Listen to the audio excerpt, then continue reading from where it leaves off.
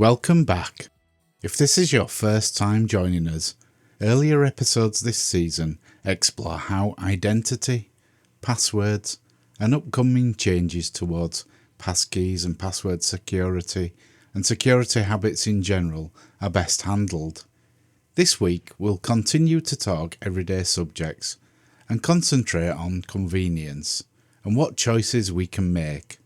But whatever stage you're joining from, you're very welcome here. Welcome back to Quietly Secure. Today we're talking about something that almost never gets said out aloud in security spaces. Sometimes, convenience is the right choice.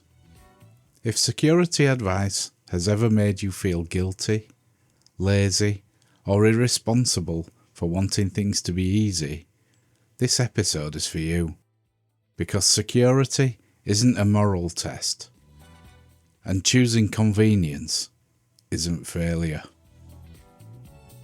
Convenience exists for a reason, not because people are careless, but because humans have limited attention. Every extra step adds friction, adds mistakes, adds the chances you'll bypass the system entirely. Overly strict security often fails, not because it's weak, but because people work around it.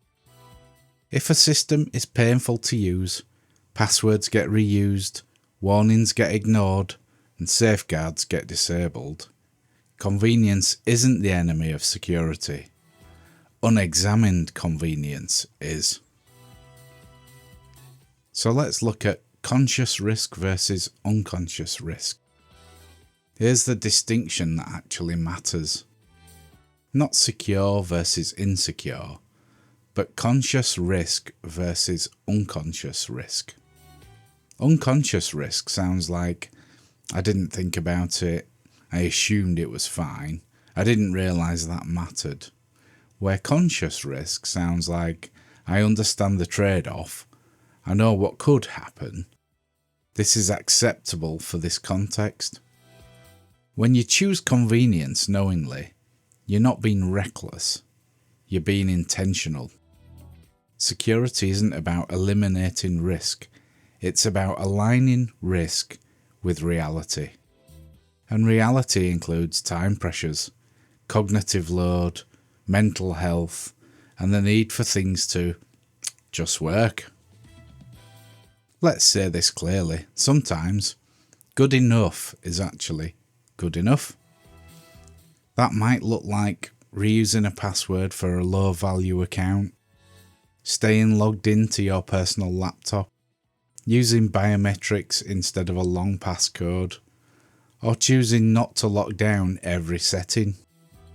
Context matters. Threat models matter. Your energy matters.